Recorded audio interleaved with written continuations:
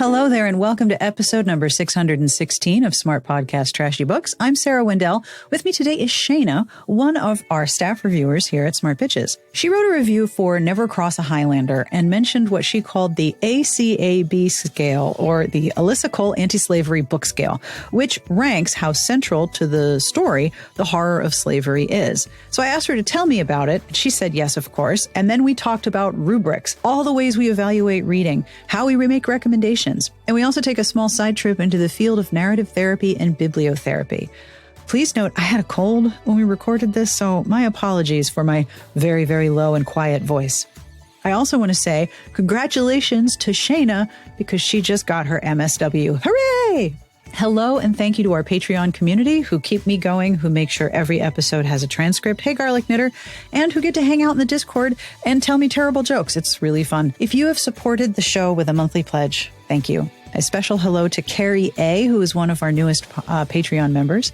If you would like to join the Patreon, if you like what we do here and would like to support the show and also, hang out with us, it would be awesome to have you. Have a look at patreon.com/smartbitches. Monthly pledges start at $1 a month, and it would be wonderful to have you join us. Hello, paranormal romance fans. I know you are listening. Support for this episode comes from Savory and Supernatural by Karen Healy, now available in audio, and the audiobook is terrific. Savory and Supernatural is a super cute, extremely cozy, witchy romance. Kingston, an ambitious, talented actor who 100% absolutely does not believe in the supernatural, picks up a trinket on the beach while on location in New Zealand, and then weird and spooky things happen. Down on her luck, Amalia developed cooking magic instead of plant magic, which made her the black sheep of the family, and then she started seeing dead people. She's now got a great gig running a food truck on the set of a movie being shot nearby, except for Kingston, who is way too hot to be believed, and the fact that he's being haunted by an angry ghost that only she can see. So we've got ghosts, witches, forced proximity, New Zealand, celebrity romance, plus behind-the-scenes details of a movie set. This entire novella is a ride, and the audiobook is terrific. Author Karen Healy has won the Sir Julius Vogel Award and an Aurelius Award for excellence in speculative fiction. Savory and Supernatural is perfect for fans of A Witch's Guide to Fake Dating a Demon and The X-Hex, and it's available everywhere you would like to buy ebooks and audiobooks. And this is very cool. Did you know, if you are a Spotify premium subscriber, you can listen to Savory and Supernatural on Spotify for free? For sure, give it a listen.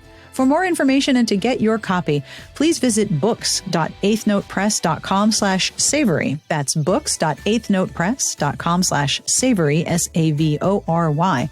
Or check out the link in the show notes or at smartbitchestrashybooks.com/podcast. This episode is sponsored in part by Lumi Deodorant. If you are looking to feel confident head to toe, have you considered making the switch to Lumi? Lumi is a game-changing whole-body deodorant powered by mandelic acid to control odor everywhere. And we have a special offer. New customers get 15% off all Lumi products with our exclusive code and link. Use code SARAH15 at lumideodorant.com. That's LUMEDEODORANT.com. The thing that I like most about Lumi is that I don't think about it once I've put it on. It works and I don't think about it, even when it's like 90 degrees and humid, which it will be for the foreseeable next few months, I think. A lot of people depend on and recommend Lumi, especially in communities on Reddit that focus on menopause or help with chronic illnesses that make showering every day difficult. Lumi's starter pack is perfect for new customers. It comes with a solid stick deodorant, cream tube deodorant, 2 free products of your choice, like a mini body wash and deodorant wipes, and free shipping. As a special offer for listeners, new customers get 15% off all Lumi products with our exclusive code.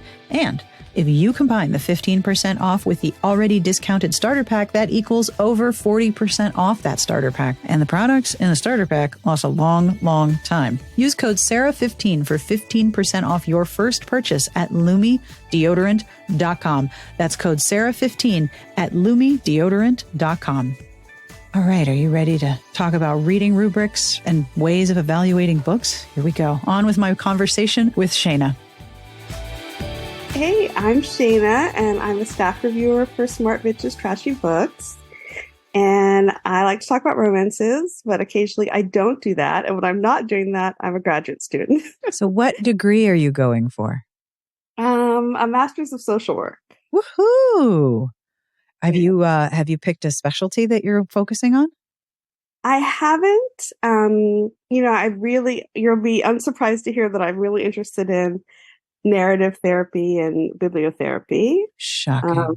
What is Shocking. narrative therapy and bibliotherapy, in case someone has not heard of that before? Well, actually, narrative therapy is kind of creating narratives about your life to kind of better understand what's happened to you and kind of what you want to do in the future. It's basically what I think a lot of us just do normally, like automatically, but it can be really healing to try to understand your life in story format. And then bibliotherapy is kind of using actually reading books to to heal yourself, which I feel like all romance fans are very good at usually. And there's a really interesting intersection there about the intimacy and the emotional labor and the sexuality portrayed in romance, and how those are areas that people have a lot of problems with sometimes. Yeah, I think that's really true. So I think particularly romance can be really helpful. Although Carrie was trying to convince me that horror, like that horror could also like be really cathartic. So I need to read some more horror so I can see if I could use that. I mean, there is a massive audience for horror that is made up of people who identify as women. So who knows? She might be right. I hear a lot of trauma survivors like talk about the kind of power of horror. So, well, maybe it's much like romance gives you the freedom to experience in the privacy of your own imagination different forms of intimacy, emotional intimacy, physical intimacy. And horror gives you a safe place to be scared absolutely shitless. While knowing that it'll be okay on the end, at least for you. Yes. For the character. No, you don't know for the characters, but for you, you'll be fine. You know, the book has an ending. So clearly there's some kind of resolution at the end, even if you're like, wait, what? The axe murderer was a ghost? What? Maybe you're identifying yourself as the person who's finally getting to like kill everybody who made you angry. I mean, I am all about what I call Earl Had to Die books. I have inadvertently read several books in a row where women are just like, I am fed up and, well, everyone has to die now. Yeah, that can be really relaxing. Earl Had to Die can be very cathartic. I mean, mysteries and I guess horror to a certain extent are about restoration of order or some form of justice. So. And I think that, you know, sometimes you just stumble upon the book that is perfect for you at the right time. It is really healing. So I like the idea about like actually being able to be more strategic about that. So instead of that kind of being an accidental happenstance that you can, this is what I need to heal in this moment. And like this book will help me do that. Yes. I often find readers who talk about a book that made them sob was a book that they needed at that moment to cathartically release whatever that was. Yeah. So I brought you here today to ask you about a particular thing. So in your review for Never Cross a Highlander, you came up with the ACAB scale, or the Alyssa Cole Anti-Slavery Book Scale. Please tell me everything about this scale, and when did you realize that you were measuring books according to this rubric? Just tell me everything, please. Okay. Well, what happened was I was in the middle of reading Never Cross a Highlander, and it has an amazing cover. Like, oh my gosh, yes. Very hot black guy with like long dreadlocks, like flowing in the wind. He's wearing a kilt. I think he has a sword. He's shirtless. Like, it is a great cover. And I actually had a paper copy of the book. Oh, yes. That I bought from my, local Black-owned bookstore. And I just like couldn't stop talking about this book. And people would also ask me about it because the cover is great. And I would want to like tell them about how much I was enjoying it and how it had this free Black woman. She's from the Highlands of Scotland. She's kind of caught up in this 12 years a slave like situation where she's been stolen back into slavery or for the first time into slavery. And then she tries to liberate herself, and she gets caught up with this hot Black dude who's kind of like the Harriet Tubman of Scotland.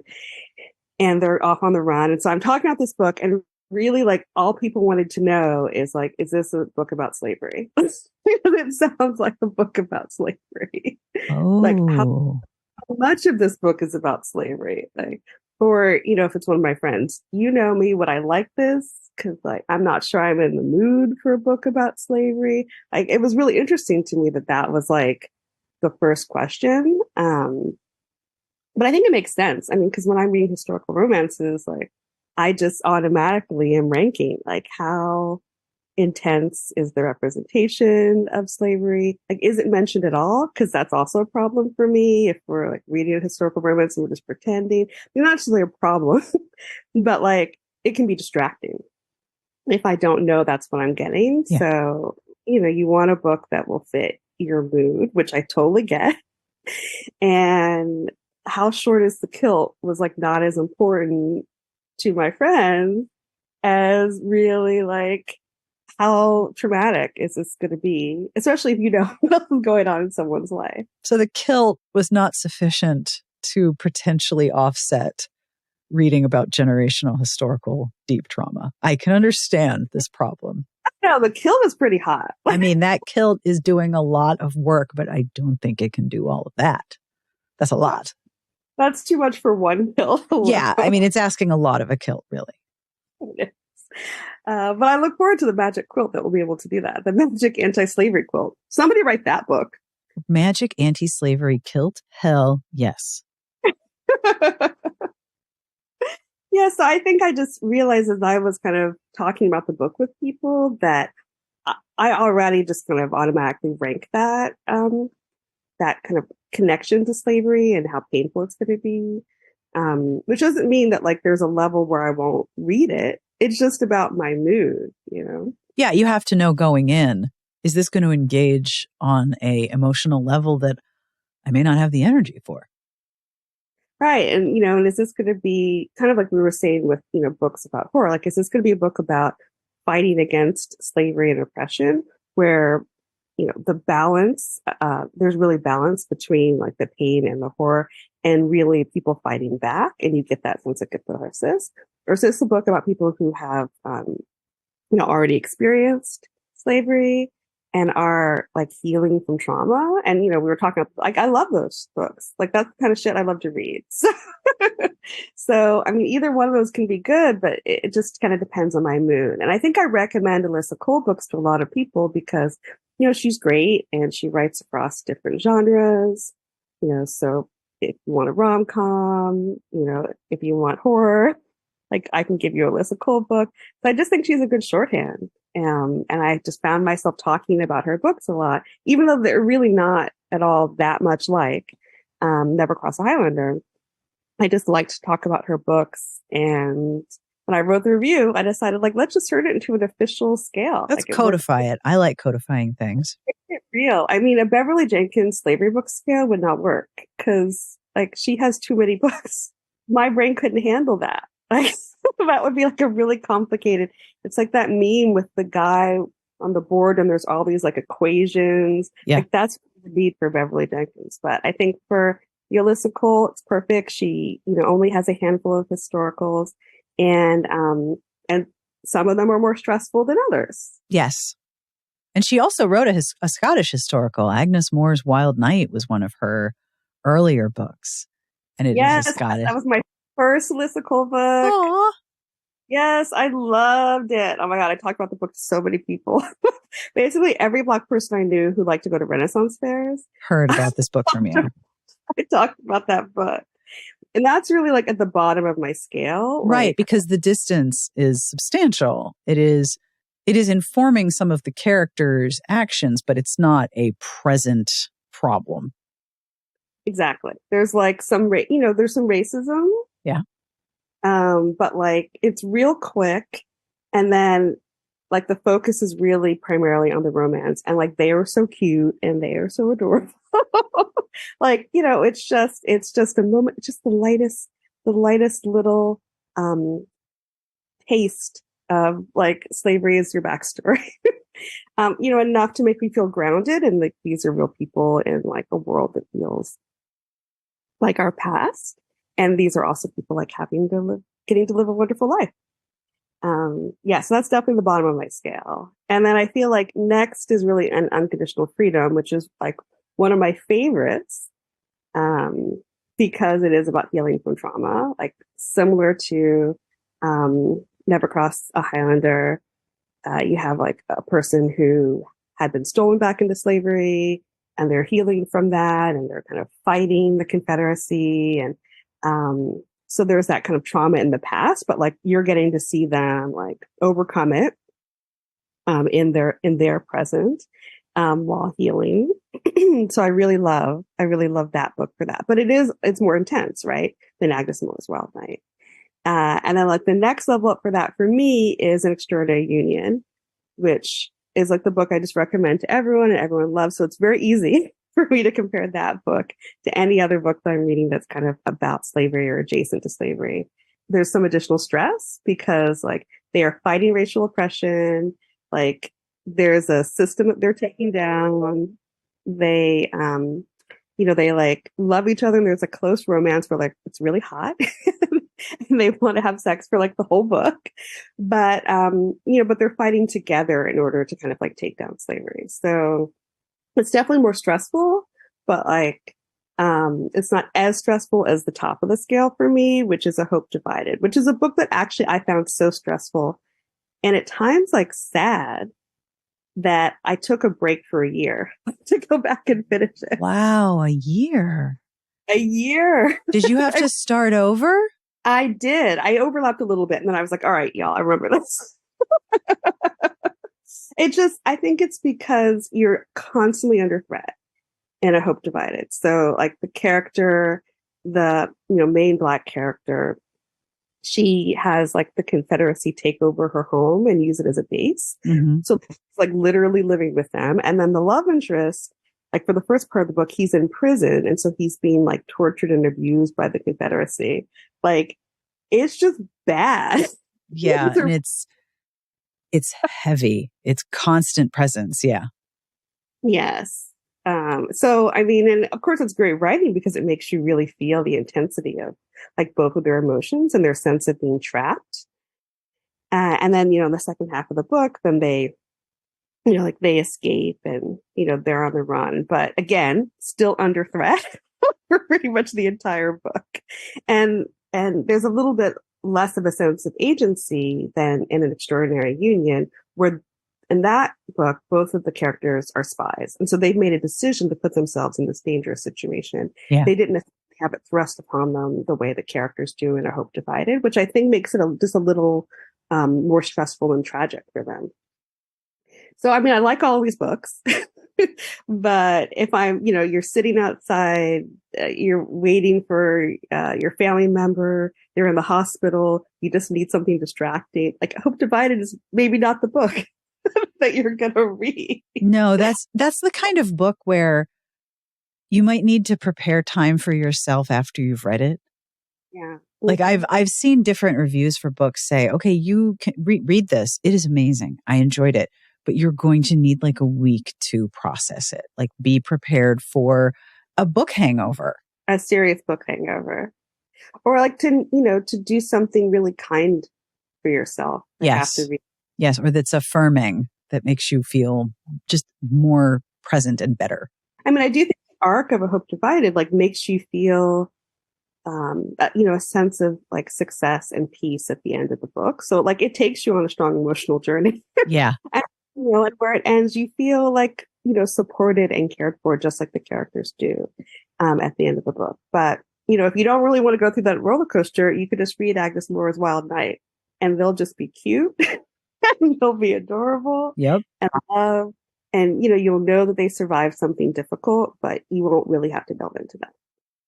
So if someone's going to ask you, for example, with Never Cross a Highlander or another book, how do they ask that question and how do you answer? So I don't know if you saw, but there was some recent discussion on multiple forms of social media about readers on TikTok who were Black women saying they didn't want to read any books with Black people in them because they were all sad and they were all downers and they didn't want to read them at all. And then, of course, Black authors on Twitter were like, have you read any? Because that's not the case. And I am not on TikTok. I have no interest in being on TikTok. That is not my skill set.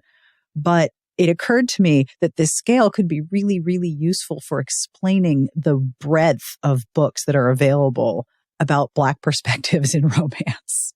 Yes. Uh-huh. Okay. Yeah. I mean, actually, I was very sympathetic to those readers because, like, really, it's unfortunate but true that, like, a lot of the representation of Black characters in books in general, not limited to romances, can be really re-traumatizing to read. And sometimes you don't want to be reminded of your life. And the reality is that white readers have the opportunity to do that more easily than Black readers do, like to have that kind of true escapism. So I was sympathetic to both Black readers who felt like the only thing that lets me turn my brain off is to read this fantasy of a Julia Quinn book. And obviously, I'm very, somebody who loves to read Black romance, really sympathetic to Black authors who say, we can give you that too, in a way that will make you like have someone who has hair like you and has to wear a hair bonnet. Like there's ways just to have these little moments where you get to feel seen and that can feel actually, just as escapist and good. So it's true. I hadn't actually thought about this scale as a connection to that, because really probably for those folks, I would recommend reading a book that is in no way slavery adjacent. But, if you do want to have just that, if you want to read a historical romance and you want to have that kind of connection to real history, I do think the Agnes Moore Wild Night level is really the level to come in at. Yeah. And I do like reading those books. I mean, like The Tempest by Beverly Jenkins, I think definitely does that, where, the characters have issues that they're working through, but they're not issues that are related to slavery. And it's really cute and fun. And, Nobody's Princess by Erica Ridley totally does that too. If these are people who are looking for historicals, then, that book is just fun, like really, really fun. It was hard to write a review for it that wasn't just, this will be fun, where they're getting into adventures and scrapes and they're solving problems, but things stay really light, like the emotional depth for the romance is there, but for the difficult situations that they're in with their family or trying to kind of solve inequality in society, it's pretty light. So yeah, I would definitely recommend those books, or really just recommend, contemporary Black romance that is pretty light, and rom-coms. For sure. What really made me think, the part that's missing from that discussion is the influence of editors inside. If you're talking about traditional publishing houses, the influence of editors inside traditional publishing houses, which is a deeply white industry. There are more editors of color, but that it is still overwhelmingly white and cis. You have this white perspective that often tends to flatten and reduce a varied cultural experience into, well, if it doesn't have this, then it's not accurate. If it doesn't have, if it doesn't have racialized trauma, then is it really Black romance? Which is a terrible marketing hook. Like, sales is not going to like that. And two, that's not the only story. But there's, I think, a lot of perspective where if it doesn't have that, how do we market it? What do we do? And that's changing in contemporary. I think for historical, that can be really challenging. And that the role of that perspective in flattening the experience that then these readers encounter is needs to be talked about as much as the, wait, you're not reading enough or you're not getting enough recommendations. Plus, TikTok, kind of white in its recommendation algorithm. Well, my TikTok feed is not. No.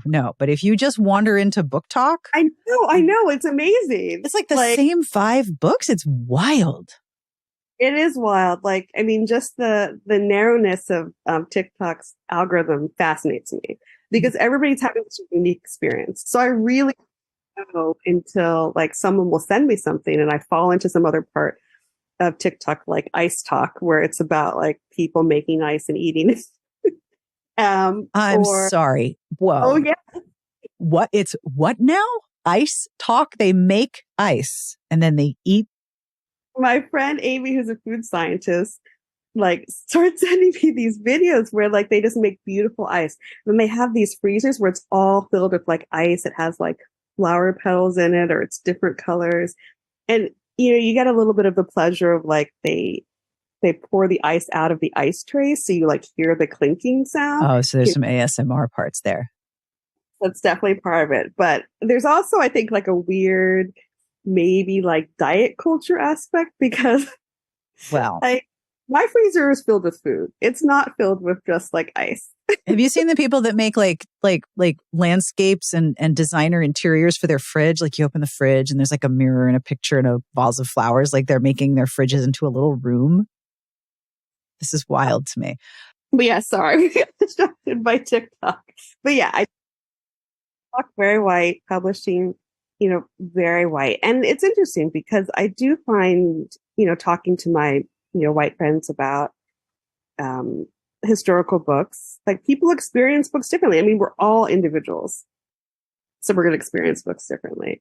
But the things that I find soothing in a book might actually be stressful or feel kind of like traumatic to some of my white friends who will say, well, that book was like really sad or hard to read because, it had some representation of slavery and that seemed really painful, assuming that it was painful for me. But it actually might not be, like, because of the thoughtful way that it was, described, like in some of the books that I mentioned. So like An Extraordinary Union, the part that was stressful for me was like, are you going to get caught and die? Like the racism, I felt like it's very lightly applied just to kind of give you the context. It really wasn't a focus of the book. And that part was not hard for me. It's not even very memorable. I forget it's in there until someone reads the book and then says like, oh, that was rough.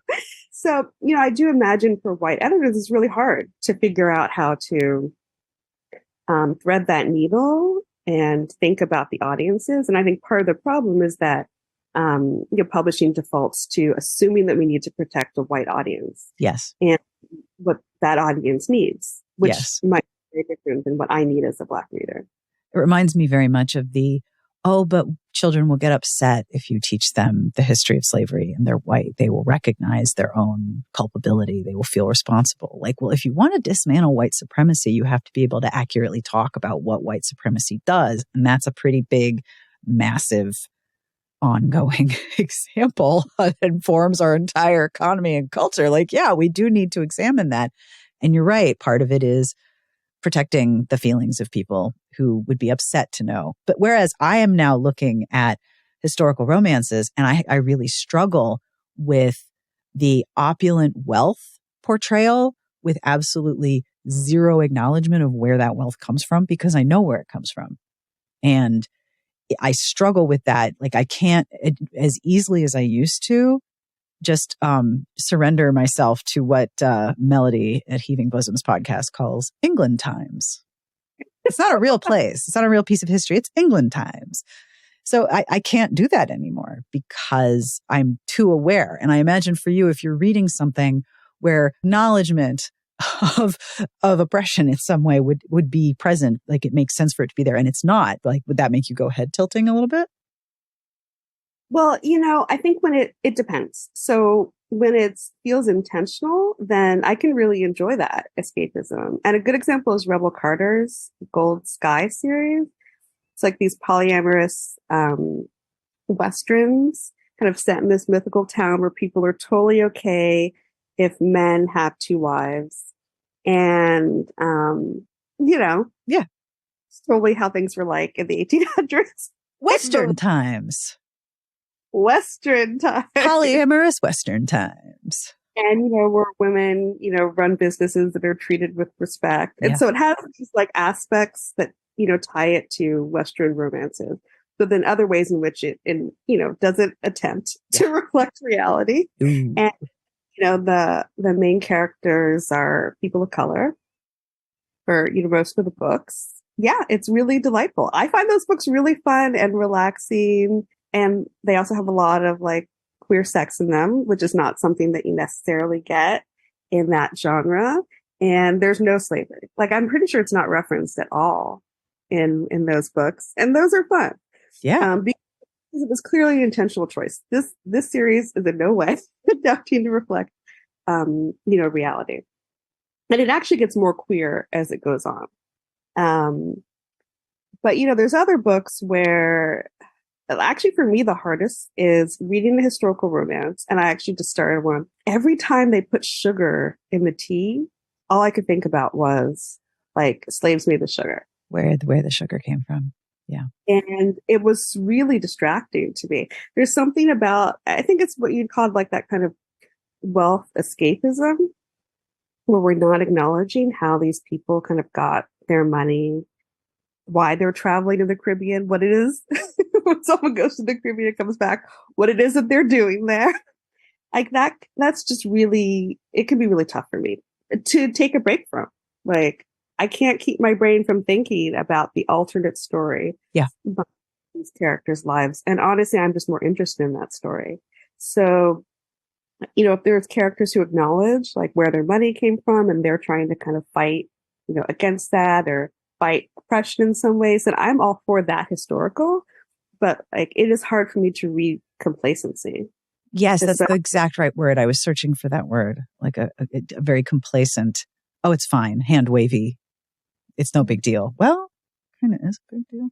I also struggled a lot with billionaires when they were popular, partially because I worked for a person who qualifies as a billionaire, and they were really hot, I bet. No.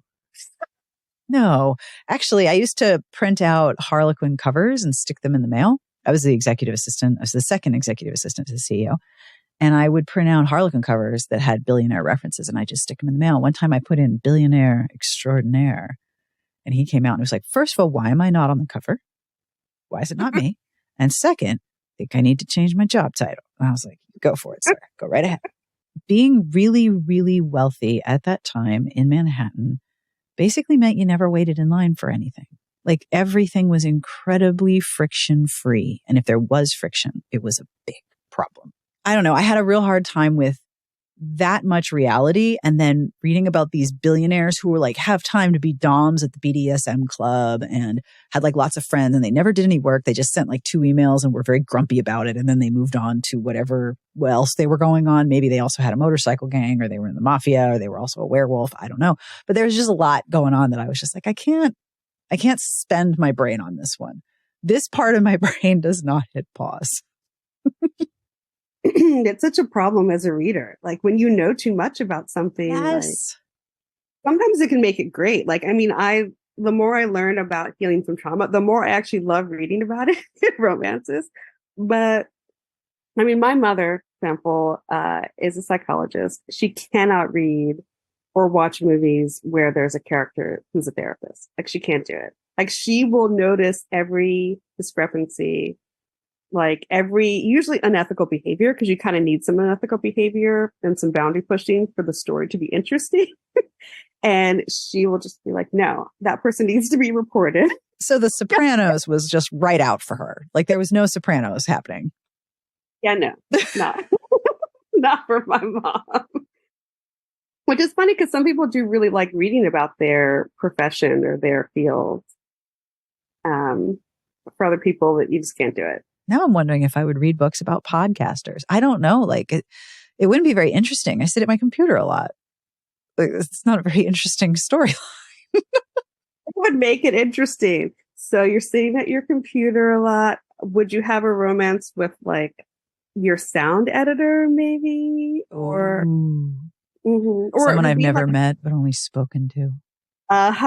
Like for her consideration where, it's a romance between the actress and the woman who's like doing her PR, writing her emails for her. So yep. I can see that working. Very nice twist on Cyrano. Do you have any ideas of how to evaluate when you're approaching a book where it might fall on this rubric? Or is this something that develops after you've read it, where you can put it in line with other examples? That's a good question. I think usually for me it happens after I've read it because I'm recommending books to other people. I mean, it's a pretty nuanced rubric, so yeah. Yeah, it does. And I like to have read a book before I recommend it to other people. Or there's so many caveats like, well, I don't know, but I trust this author and I think this and that. But I do think there's kind of some things that you can test for. So for me, what's not included in this rubric, which is books that I really have trouble reading, are books that I would call like slavery kink books. Oh, so where like the Black person's like inferiority is really central to the story or the sexual tension. A book where a slave falls for her master. So Vanessa Riley actually has a series, The Bargain, where it's a slave who falls for her master. So I don't know if those are really slavery kink books, but like kind of adjacent.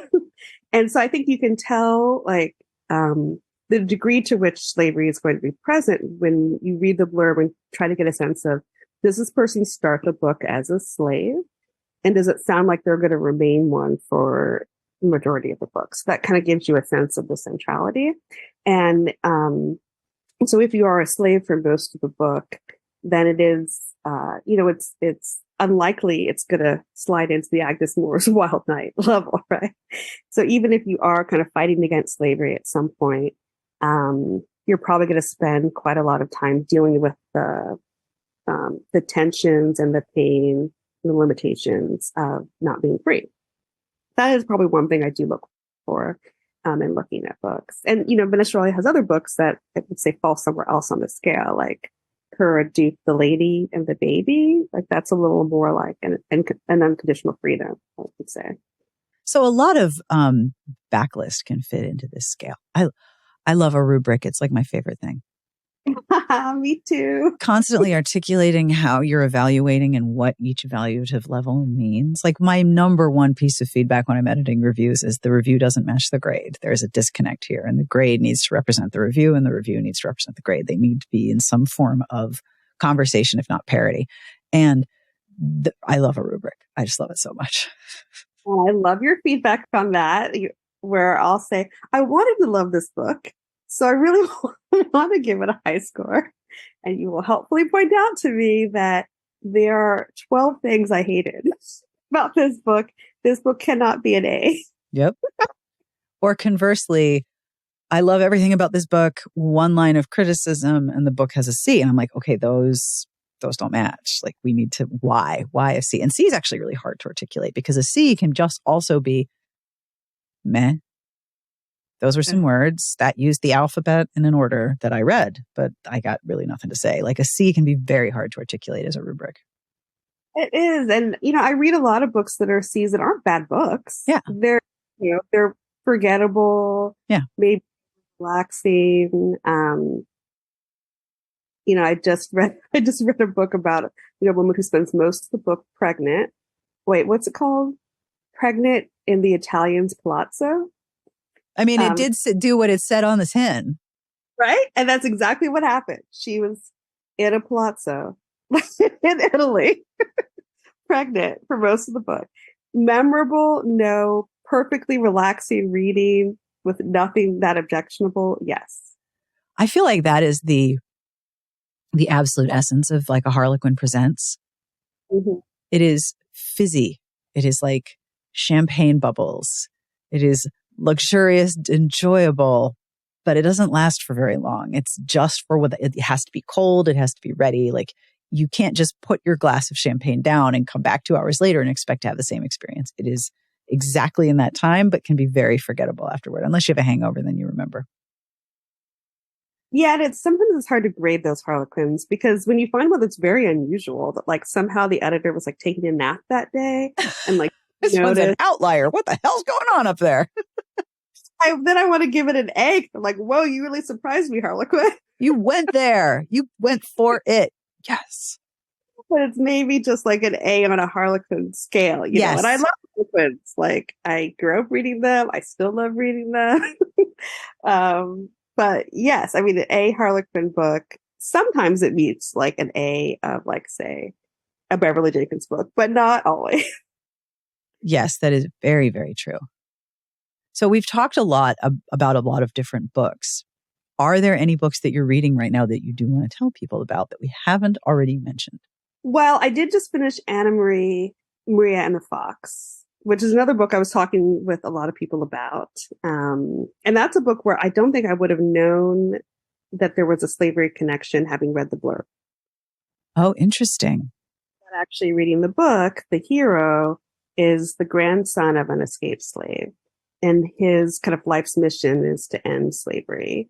And the obstacle really between a romance with him and the heroine, who's a Mexican heiress, one of the obstacles is that she doesn't have a great reputation.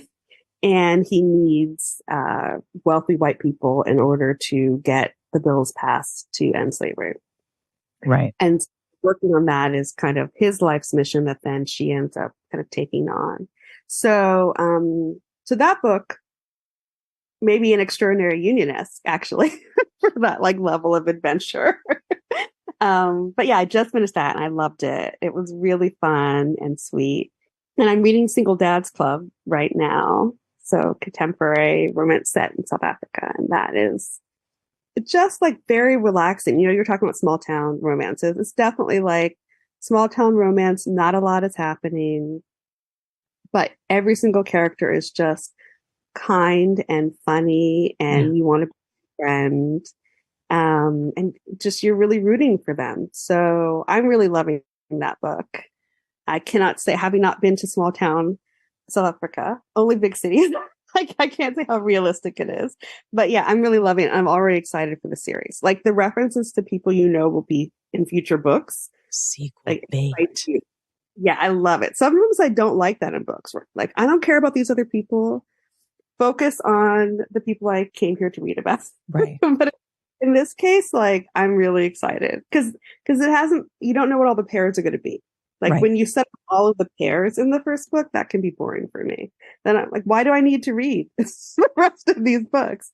But I really don't know how the pairs are going to work out in Single Dads Club. So I'm pretty excited about that.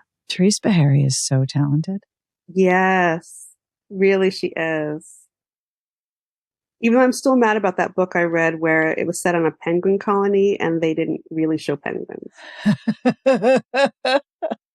You have to focus on humans and not penguins, but I get it. It wasn't a penguin romance novel, but it needed more penguin.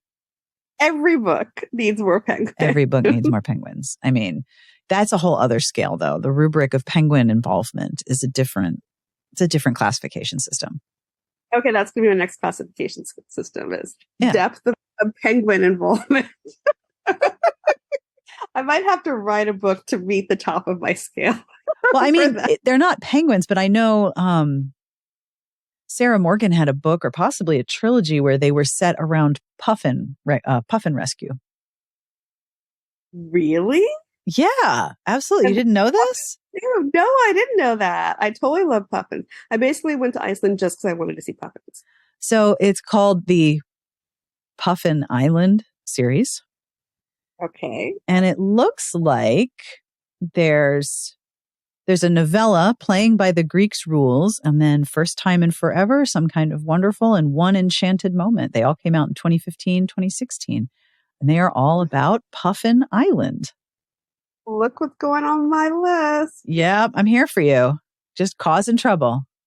I love it. I'm an expensive person to know. I imagine you are also an expensive person to know when it comes to books.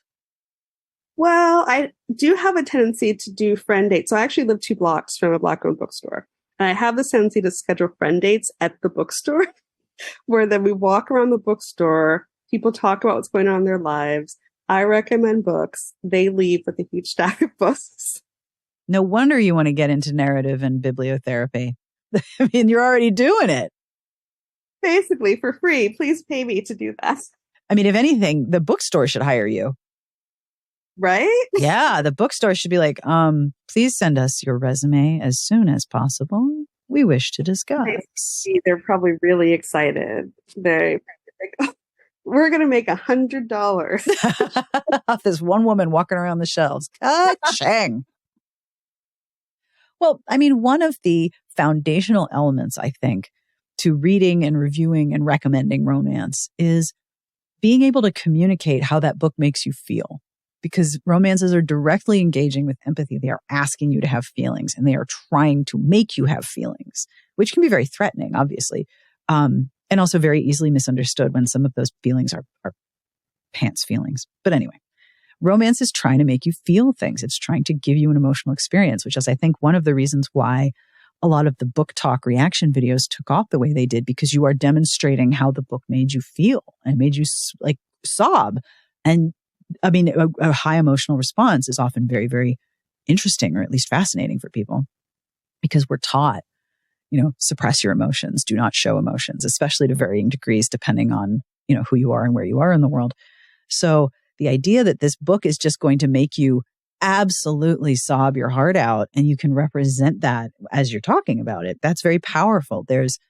That's a very intimate way of talking about books. So if you're reviewing it or you're talking about it and you're writing about it, you're still in a lot of ways trying to say, this is how this book made me feel. This is who I recommend it for. This is how you might feel reading this book. And that feeds into everything, right? Like content warnings, trigger warnings. We need to warn you about what feelings this might create, and we need to recommend these feelings that it might create. Yeah, I think that's really true. And that's why for me, it's important to have a more like nuanced, yes, like description. Yeah. Right? Because saying like content warning, like slavery, that's not useful for me. I want to know like, well, how stressful is it going to be for me to read this book? Like, how transformative is it going to be for me to read this book? Like, The Deep. It's one of like my favorite like sci-fi books, about Black mermaids. But like the origin story for that book is about, people being thrown overboard on slave ships. It can be really traumatic. And the whole story is about trauma. But, I think that book is really beautiful. And I think just saying like content warning slavery would not communicate what I would want to communicate to a friend about how that book will make you feel, how it might, connect you to your own thoughts about generational trauma. Yeah. And make you re-examine them. But at the same time, have like a happily ever after and a romance that will make you feel like the characters end up in a good place. Yeah. Right? So, yeah, I think you kind of need those descriptors to help connect you with a book and to know what will work.